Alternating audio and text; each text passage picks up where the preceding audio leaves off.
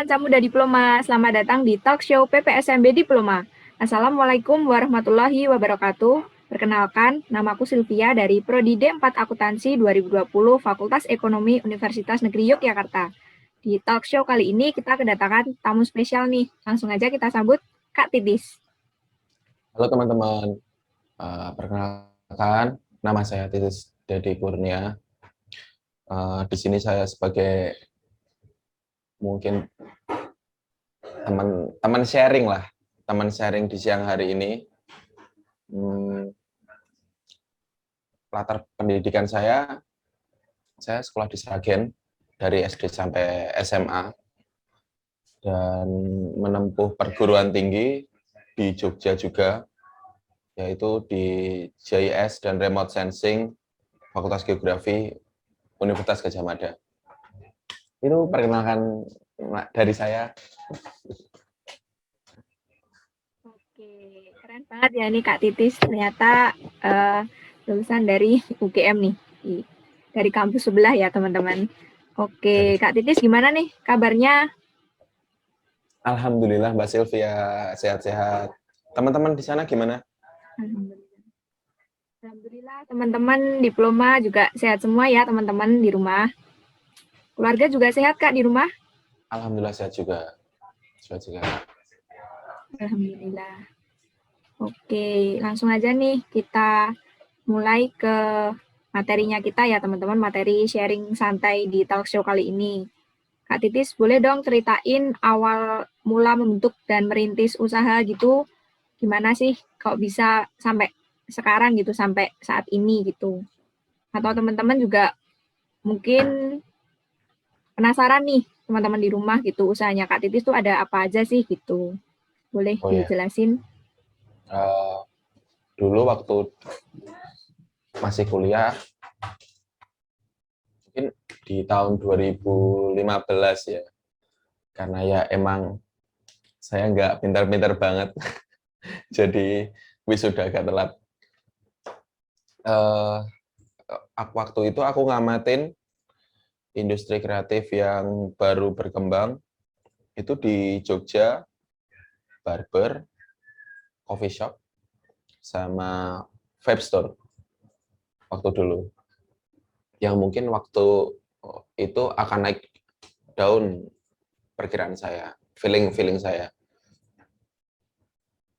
Dan antara tiga itu, saya memilih untuk lebih ke prefer ke barbershop-nya. Karena mungkin ya, apa ya, dari segi modal pun nggak begitu banyak. Karena masih fresh graduate kan, baru lulus kuliah, modal juga minim pasti.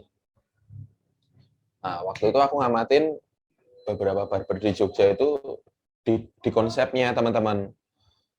Dan kebetulan waktu aku pulang ke Sragen, itu belum ada yang potong rambut pria yang proper gitu loh. Jadi cuma Sragen waktu itu tuh masih apa ya? Masih belum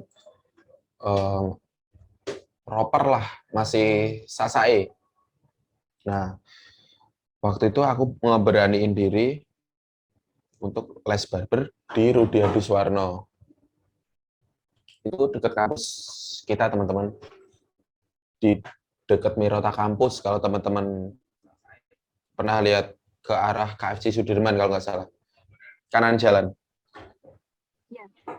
Nah itu aku ngeberaniin belajar potong rambut di situ karena basicnya anak SMA kuliah yang nggak apa ya, nggak sering praktek tentang gitu-gituan, jadi aku agak kesulitan sih waktu itu untuk belajar barber. Tapi karena ini ada pengalaman lucu sih. Jadi karena yang ngajarin saya itu agak cowok sih, tapi agak-agak gimana gitu, agak kecewek-cewekan. Jadi saya ambil pertemuan yang sedikit banget waktu itu, 6 kali pertemuan kalau nggak salah, 6 kali pertemuan. Saya ingat betul itu itu paket paling murah, 6 kali pertemuan 3.500.000. Setelah lulus dari Rudadi Suwarno itu, aku buka High Barber. Mungkin bisa ditampilin slide-nya, Mbak Sylvie. Listiana, boleh minta tolong untuk share screen.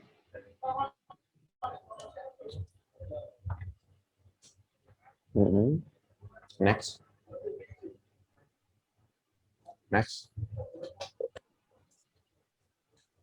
Sekali lagi, next.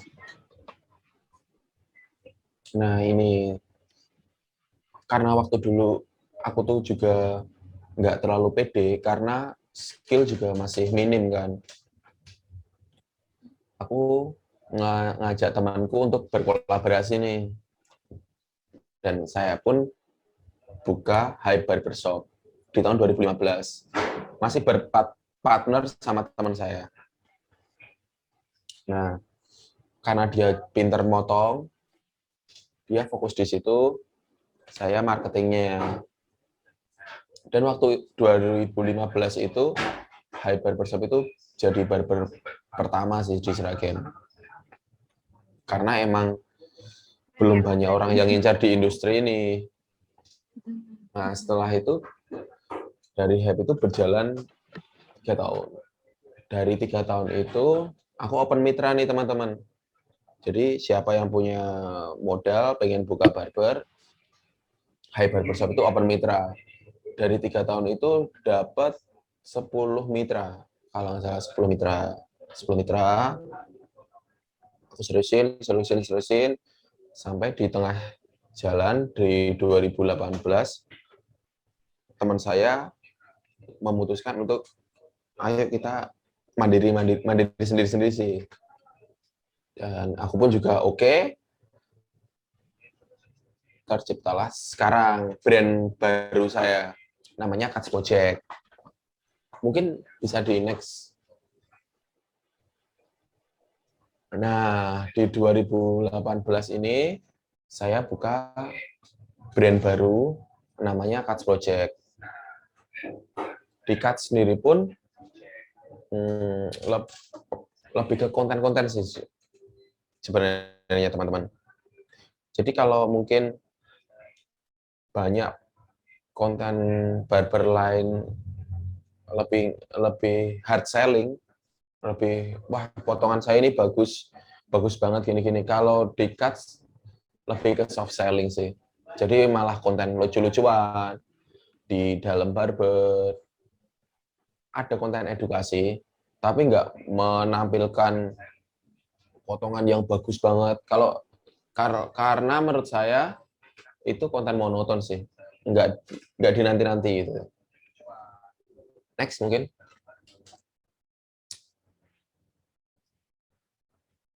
Nah, di Cuts Project itu dulu bikin konten namanya Kamis Klimis. Itu IG live setiap hari Kamis. Nah, ini konten edukasi nih dari beberapa capster Cuts buat customer atau pelanggan yang following Cuts. Ada juga konten Local Heroes. Nah, ini kalau Local Heroes itu lebih ke sesama barberman atau mungkin barbershop di sekitar saya. Jadi ngundang barber artis, kemarin dari Jogja juga, Mas Tony dari Hotmam Barbershop, itu lebih ke edukasi ke sesama barberman atau pelaku usaha barbernya. Karena menurut saya yang mematikan industri itu war price, jatuh-jatuhan harga, sama nggak kompak nih sesama pelaku usaha. Kalau udah nggak kompak susah kalau untuk ngemajuin industri ini. Dan yang terakhir, pernah ada konten sharing industri kreatif, itu buat pelanggan-pelanggan Cuts, atau mungkin mahasiswa di Sragen juga, yang berminat untuk berwirausaha. Saya ngedatengin teman-teman se-circle saya, nggak di industri barber doang, ada dari coffee shop, vape store, terus ada dari industri grooming, pomade, hair tonic gitu, clothing juga. Jadi karena kita sendiri pun teman-teman dari SD sampai kuliah kan nggak ada edukasi tentang berwirausaha. Teman-teman harus kayak gini kan, bikin webinar atau apa untuk mempelajari tentang kewirausahaan. Saya pun juga begitu. Saya bikin usaha ini juga nggak langsung harus tahu manajemen bagus atau gimana-gimana, enggak. Saya sambil jalan, sambil di lapangan, tanya sana, tanya sini, tanya teman saya yang udah berpengalaman. Karena minimnya pengetahuan berwirausaha yang kita dapat selama kita di jenjang pendidikan. Dan next.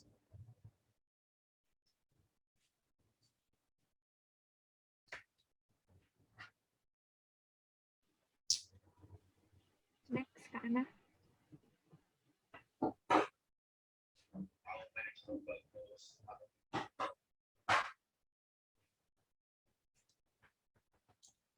Dan setelah itu,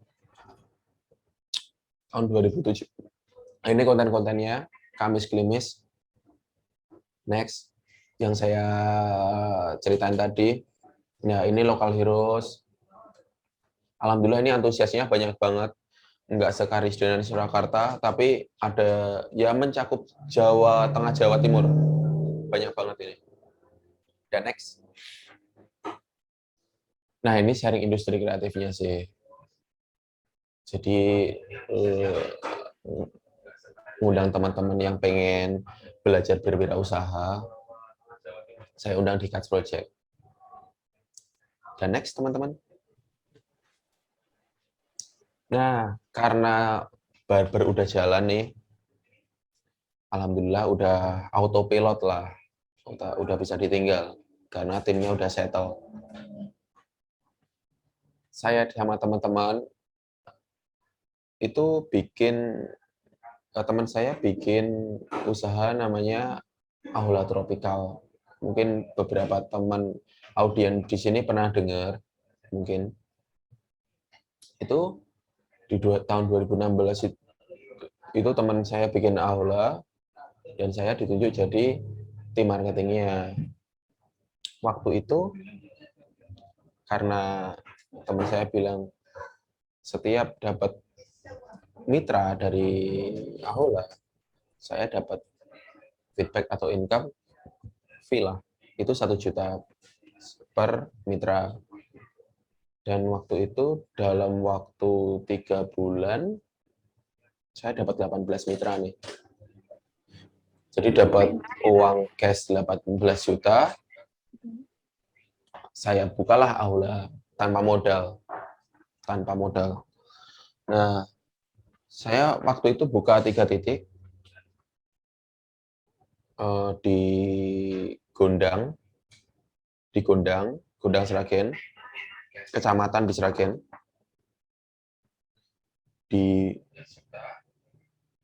di Teras Boyolali, sama di Batu Retno Wonogiri nih.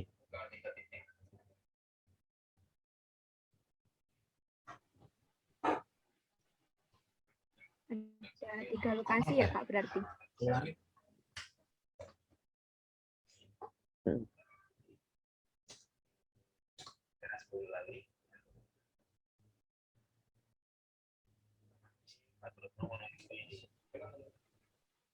Oke. Suaraku kecil ya? Kita lanjut, teman-teman.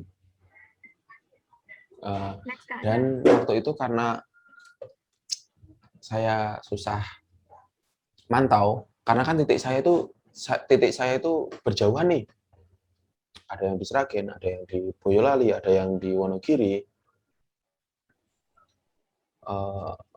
Setiap ada kendala karyawan, saya itu nggak bisa mecahin masalah karena keterbatasan jarak. Jaraknya terlalu jauh-jauh nih. Akhirnya saya gagal di aula. Karena waktu itu penjualan turun karena musim hujan.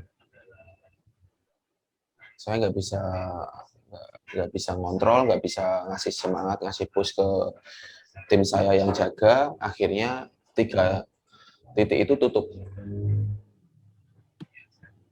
Terus di tahun 2017 karena gerobak saya nganggur, banyak yang nganggur, aula saya banyak yang nganggur, saya manfaatin lah. Karena oh ya teman-teman, background ibu saya itu dulunya jual es dawet, tapi es dawet kayu gitu, Ada bekal es ya Kak dawet yang berarti. doang gitu. Mm.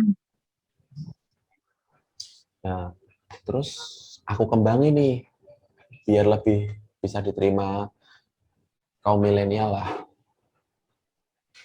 Sangat Terciptalah mudah di ya tahun Kak. 2017 Mm. itu es dawet Putantri. Gimana? Gimana Kak Silvi? Ya, biar lebih milenial gitu, lebih kekinian lah istilahnya. Iya, benar banget. Dan itu ada berbagai varian rasa.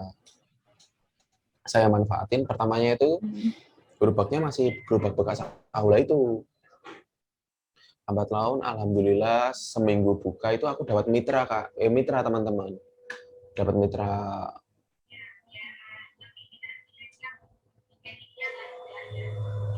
Uh, dan sampai sekarang alhamdulillah sekitar 50 titik. 50 titik mitra es dawet Putantri di seluruh Pulau Jawa. Dan karena saya waktu aula itu gagal karena musim hujan waktu itu. Pertama, saya belajar saya nggak bisa nih maintenance yang jauh-jauh. Kedua, gagal karena cuaca nih, hujan, musim hujan. Penjualan penjualan down.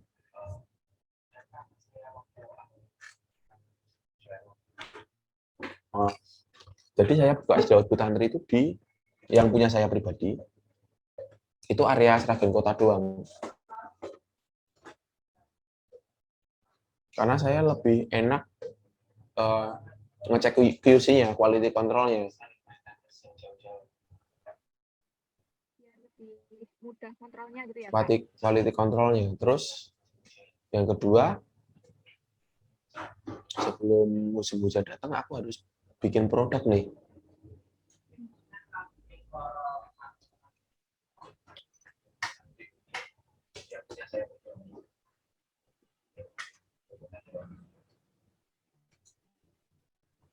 Nah, sebelum musim hujan datang nih, aku harus bikin produk untuk gimana ya? Dana talangan gitu. Misal produk saya karena es ya, itu drop, aku ada support sistem lain nih dari usaha lain. Karena gini teman-teman, kalau kita jualan es nih, mau kita inovasi eh, bikin varian menu hangat nih, misal contoh dapat hangat gitu, itu susah karena orang kalau hujan itu benar-benar emang udah malas keluar. Dan karena di 2017 waktu aku buka es dawet Putantri awal 2017 itu Gojek itu belum masuk Sragen nih teman-teman, belum masuk. Gojek masuk itu baru 2017 akhir, sekitar November Desember lah. Ya aku harus mikir nih apa nih, bikin produk apa. Dan di tahun yang sama saya bikin produk namanya Ilonas. Next mungkin slide-nya. Next. Oh ini pernah diliput di Trans 7 namanya, tahu nggak sih?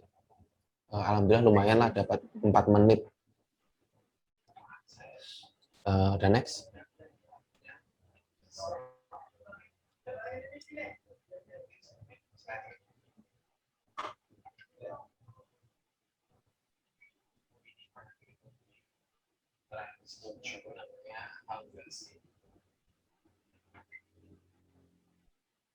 Next mungkin bisa di next lagi Karena boleh di slide-nya. next. Nah, ini di tahun yang sama saya buka Resbol, namanya Ilonas. Kalau saya karena orangnya simple ya, nggak pengen ribet. Kalau Es Dawud Putantri itu kan karena nama ibu saya Tantri, ya udah saya namain Es Dawud Putantri gitu. Terus karena nama istri saya itu Ilona Baby namanya, aku namain Resbolnya Ilonas gitu. Karena apa ya, sepemikiran saya yang simpel lah, nggak suka yang ribet-ribet saya. Ada tambahan imbuhan S itu kan berarti kepemilikan nih, kepemilikan dari Ilona. Jadi aku kasih nama Ilonas. Dan waktu itu aku bingung nih teman-teman, karena ya emang dadaan musim hujan mau datang. Menunya apa ya ini? Mau bikin chicken katsu gitu-gitu, menurutku lebih apa ya? Nggak bertahan lama sih. Karena nggak dapat dipungkiri lidah anak muda itu sebenarnya ya makanan Jawa-Jawa gitu aja. Chicken katsu, chicken karage apa sah itu. Paling cuma update menurut saya ya teman-teman. Mohon maaf nih kalau ada yang suka menu itu. Kan saya di kabupaten nih, cuma di kabupaten. Yang paling cocok kayaknya ya masakan-masakan Jawa aja deh. Yang penting aku kemas secara lebih milenial lah. Nah, karena aku bingung menunya, aku ingat nih masak. Karena istri saya juga nggak bisa masak.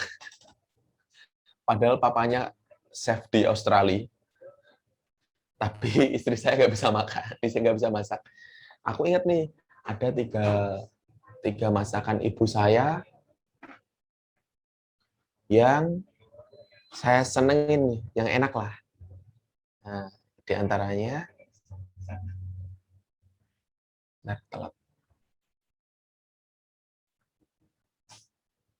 salah satunya rica ayam, gongso ati, sama botok patin, teman-teman. Nah, tiga menu itu menurut saya di lidah saya paling cocok masakan ibu saya. Nah, itu aku juga kebingungan lagi nih teman-teman. Kebingungannya gini, kalau chicken, aduh, ngereset lagi sang. Bentar. Udah. Halo teman-teman, bisa didengar suara Ya, saya? halo Mas Titis. Iya, masuk Mas Titis. Oh ya, Eh, Ya. mungkin kalau apa ya, chicken black pepper itu teman-temannya udah tahu nih, ayam dengan balutan saus black pepper. Chicken cut, chicken katsu juga kayak gitu kan. Itu kan teman-teman udah tahu nih chicken katsu kayak gitu.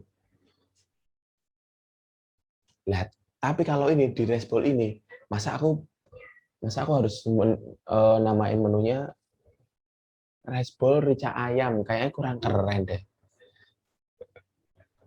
Resbol botok patin, aduh, kayaknya kurang deh. Kurang. Nah, karena saya juga nggak mau ribet-ribet amat, waktu opening itu, tiga nama menu itu, aku kasih nama anakku, teman-teman. Misal rica ayam nih, nama menunya Inherit.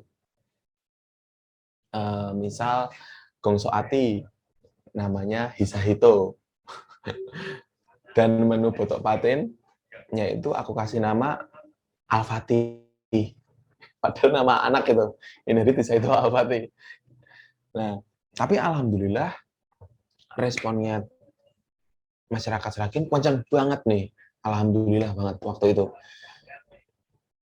Walaupun sebelumnya ada respol juga sih, sebelum Ilonas muncul itu ada beberapa respol. Cuman alhamdulillah ya waktu saya buka Ilonas itu benar-benar antusiasnya bagus. Karena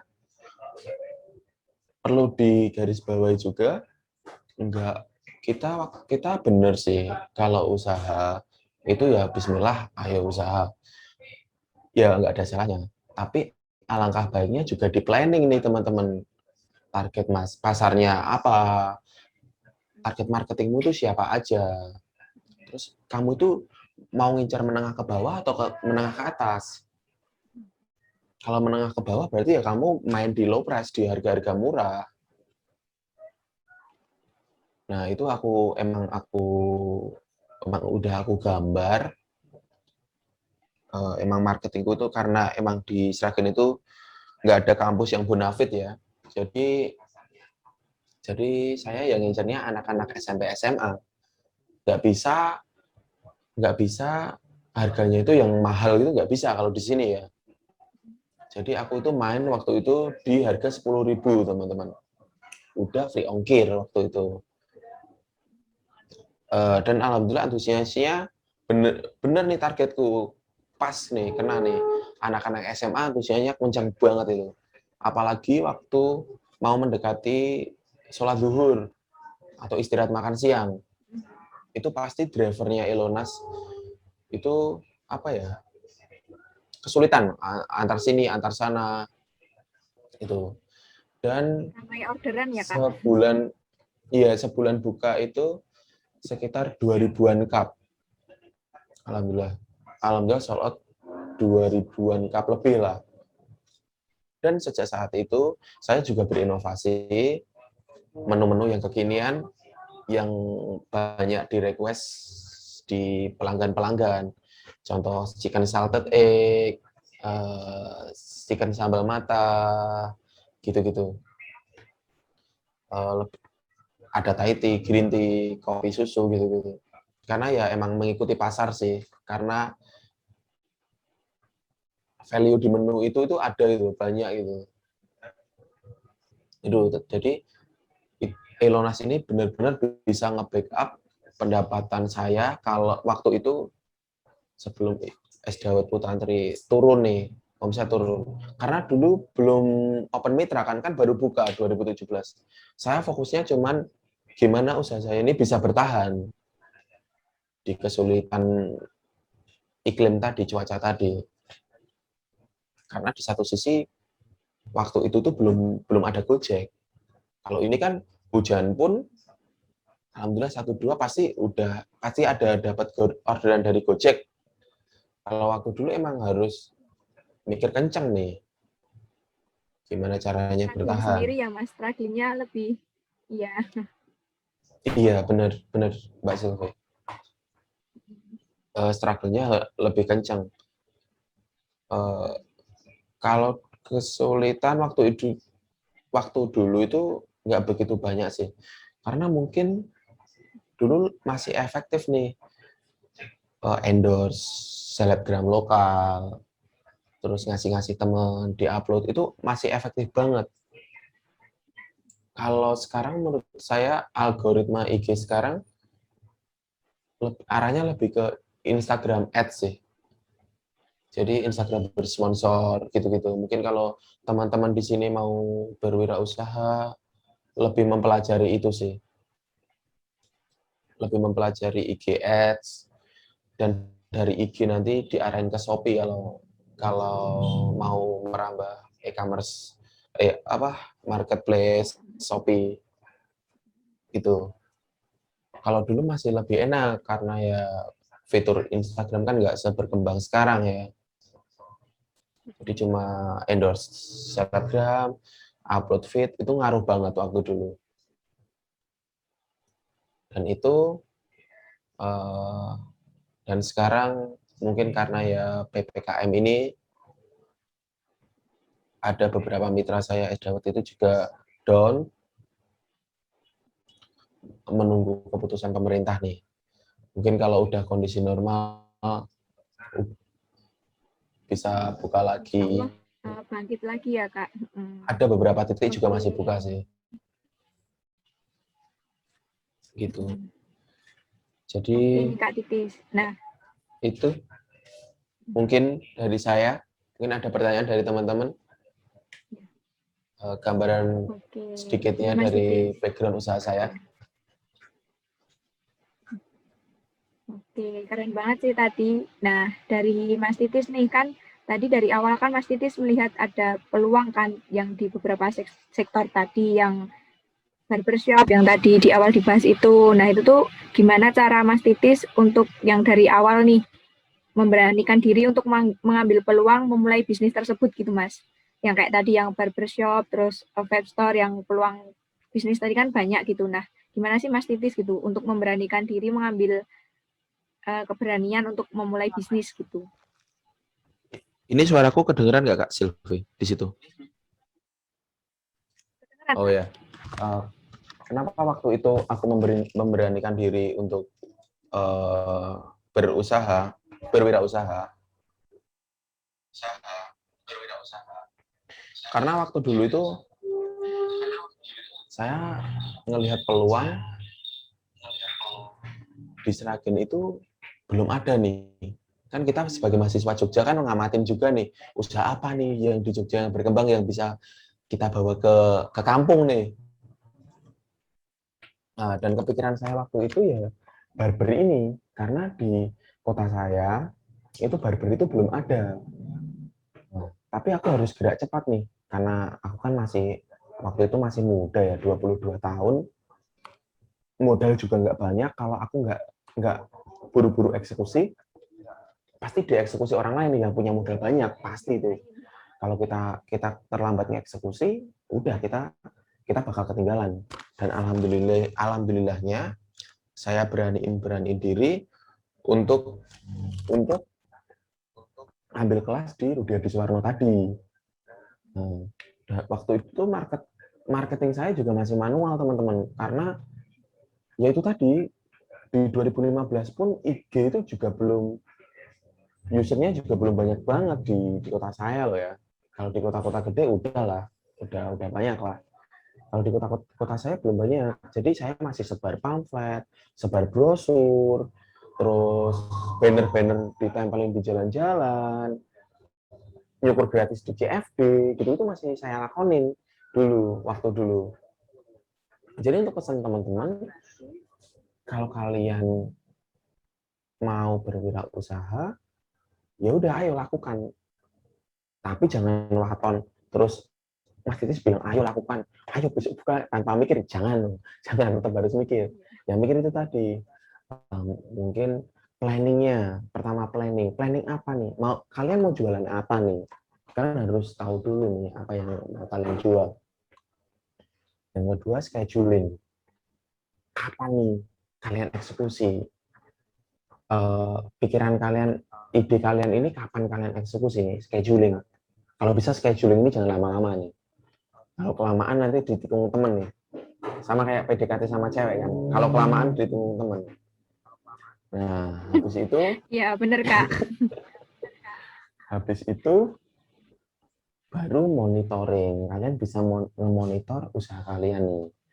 Kan visit, kalian cek QC-nya, quality control-nya. Setelah 3 ini, planning, scheduling, monitoring, baru kalian di level controlling. Kayak saya ini nih, cuma alhamdulillah udah autopilot barunya, tinggal controlling nih. Jadi bisa saya tinggal webinar sama teman-teman Hima UMJ kayak gini. Di satu sisi barber 3 titik jalan semuanya gitu. Tapi juga nggak jangan dipandang gampang gini-gini, jangan teman-teman. Saya dulu pun membangunnya juga susah. Mungkin kalau orang buka barber ya sekarang, untuk sekarang ini itu nggak babat kelas kata orang Jawa, karena orang-orang udah tahu nih barbershop itu tempat potong rambut modern yang dari sana itu udah keramas, pulang udah ganteng. Kalau dulu enggak teman-teman, banyak banget aku ngedukasi orang itu yang belum tahu barbershop.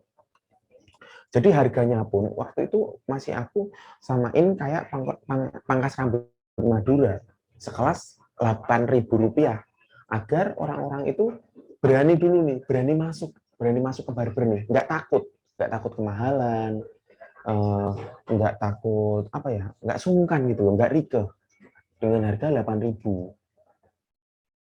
Kalau teman-temannya nggak rugi masih ya, ya usaha nggak melulu tentang untung sih teman-teman. Harus ada saatnya kita untuk rugi, ya dapat untung. Ya, benar, Ada Mas. kejadian menarik juga. Waktu awal-awal saya buka barber itu dikira koperasi. Ada orang ke sana bawa BPKB motor, mau gadein motor. Ada itu. Terus ada ibu-ibu bawa balita karena namanya barbershop kan. Dikirain jualan shop. Jualan shop itu loh buat apa? Makman bayi itu loh. Itu ada. Ya. Terus bapak-bapak yang datang harus copot sendal. Aduh, ini barber apa masjid tahu bilang gitu kan. Jadi dulu itu orang itu masih takut. Nah, edukasinya itu ya pelan-pelan kita harus mengedukasi kalau cowok itu juga penting ngerawat rambut, nggak cewek doang. Kalau cewek emang udah teredukasi dari dulu, salon dari dulu juga udah proper, udah banyak.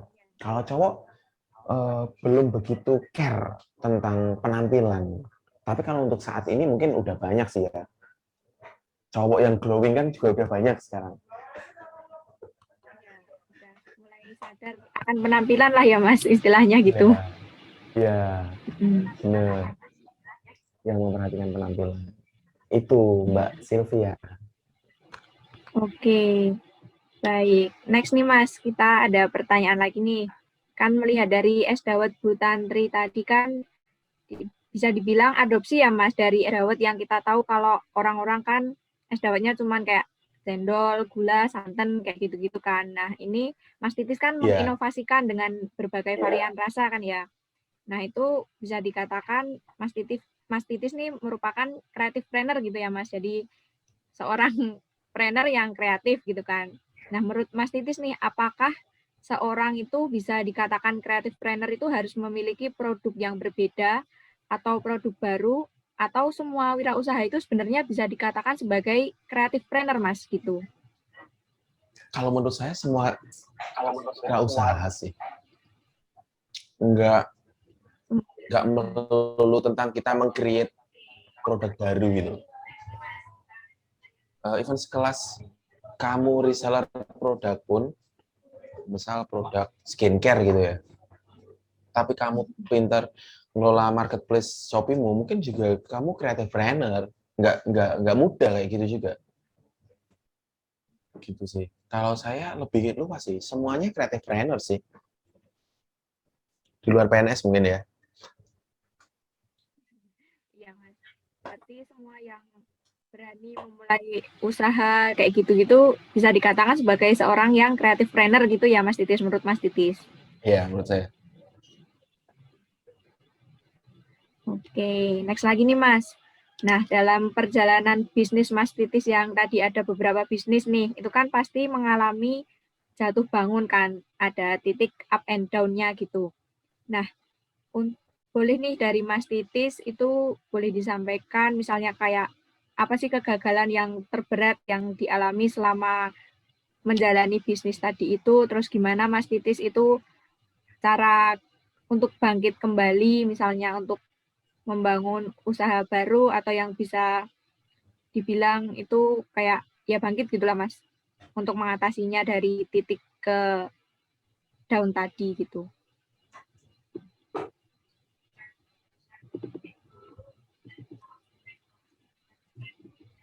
Halo, udah? Udah Mbak Sylvie? Udah Mas. Oh, oh enggak, soalnya agak telat di sini. Oh, ya, saya jawab pertanyaan yang bagus sekali. Suara saya kedengeran kan Mbak Sylvie di situ? Ya, langsung Mas kedengeran. Jelas kok. Uh, Gimana saya menghadapi up and down tadi?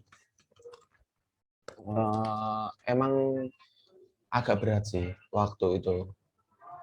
Aku ngalamin down-nya kan usaha saya yang Ahula Tropical itu. 3 titik belum break even point, tapi udah apa ya? Udah down nih. Coba ini dimatiin. 3 titik, tapi belum balik modal, katakanlah kasarnya belum balik modal, tapi udah tutup duluan nih. Di satu sisi saya udah rugi finansial, udah rugi apa waktu waktu. Jadi saya nge-push-nya, saya harus struggle nih. Saya harus berjuang untuk ngembaliin semangat saya tadi dengan cara kayak saya inovasi produk daripada gerobak saya nganggur ke es dawet gula antre. Ini pesan buat teman-teman semuanya sih. Kalau teman-teman ngeputusin mau berwirausaha, kalian harus punya mental yang struggling sih untuk sekarang ini, untuk era kalian. Mungkin era saya persaingannya masih agak mudah. Tapi kalau untuk era kalian, Mbak Sylvie dan ke bawah, pasti nanti harus extra struggling. Karena kompetitor makin banyak, orang yang punya ide kreatif makin banyak. Saya pun juga gini, nanamin diri saya harus selalu up to date. Karena generasi di bawah saya ini pasti punya ide yang luar biasa kreatifnya. Nah, jadi teman-teman semuanya bisa kok untuk berwirausaha. Yang penting mempunyai ketekunan. Benar-benar ketekunan. Ini nggak sekedar omong kosong ya. Kalian harus tekun, nah segini. Jangan jadi PNS, jadi berwirausaha, membuka lowongan kerja. Wah, bullshit itu. Bullshit. Itu motivator bullshit. Pokoknya kalian itu kalau pengen berwirausaha, ya udah kalian harus punya mental. Yang waktu pasti kekuras.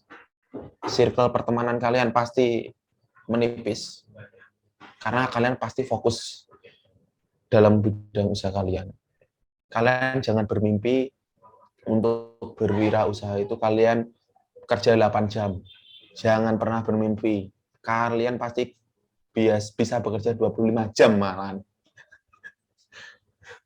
Lebih, sehari lebih. Jadi, kalau anak muda sekarang itu lebih ke semangatnya sih. Kadang itu saya ngelihat itu anak muda sekarang itu semangatnya yang kurang. Misal contoh nih, agak panjang nggak apa-apa ya teman-teman ya, ini ya. Sekedar sharing nih. Misal Mbak Sylvie datang ke coffee shop nih,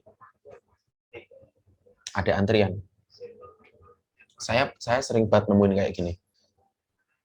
Sebelum di antrian itu ada banner nih, ada banner menunya, ada menu semuanya komplit, ada harganya.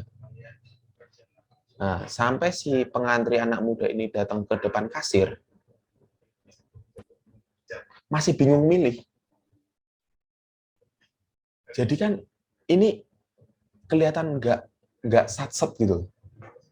Nah, pentingnya penanaman mental yang satset gasdes itu penting banget di berwirausaha. Padahal si coffee shop itu udah nyiapin banner, menunya komplit, harganya komplit. Waktu ngantri, seharusnya orang yang berpikiran cepat nih, berpikiran cepat ngebaca peluang gitu lah. Kalian kan bisa milih dulu. Datang ke kasir, kalian udah tahu nih apa yang kalian pilih. Ini. Nggak harus mikir apa ya. Atau malah selfie dulu mungkin. Gitu loh. Harus satu Jadi, dastus ya Mas berarti. nah bener. Jadi gitu. Kalau kalian emang pengen berharga atau bernilai atau bermanfaat untuk orang lain, contohnya membuka peluang pekerjaan kepada orang lain, ya kalian sendiri pun juga harus bermental baja nih. Etos kerja kalian itu juga harus tinggi. Kalian nggak bisa menuntut tim kalian etos kerja tinggi kalau etos kerja kalian nggak tinggi. Gitu, Mbak Sylvie.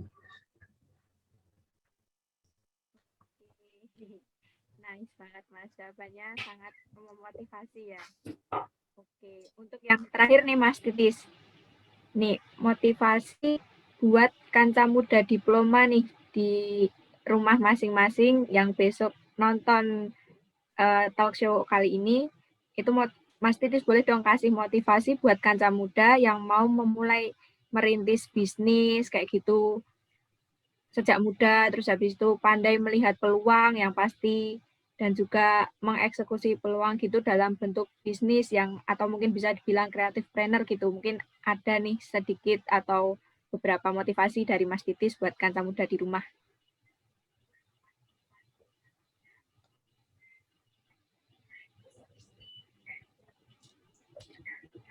Kalau pesan saya buat kanca-kanca muda yang menonton acara kita pada hari ini, apapun yang kalian lakukan atau kerjakan saat ini, cintailah dan tekunilah. Itu yang akan membawa kalian di win goals kehidupan kalian. Jadi, kalau kalian, apapun yang kalian kerjakan hari ini, cintailah dulu, sama tekunilah. Itu pasti kok. Jadi, bakal jadi win goals kehidupan kalian.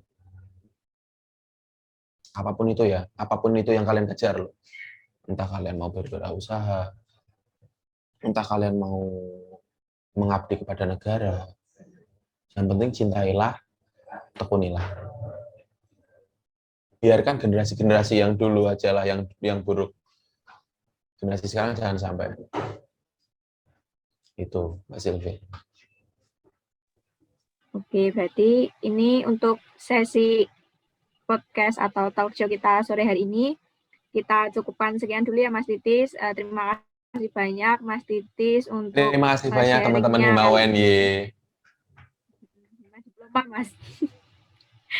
Ya, untuk sesi sharingnya kali ini dan sangat menarik dan memotivasi sekali buat kita-kita ini. Saya cukupkan sekian. Bila ada kekurangan atau salah kata, mohon dimaafkan. Wassalamualaikum warahmatullahi wabarakatuh. Waalaikumsalam warahmatullahi wabarakatuh.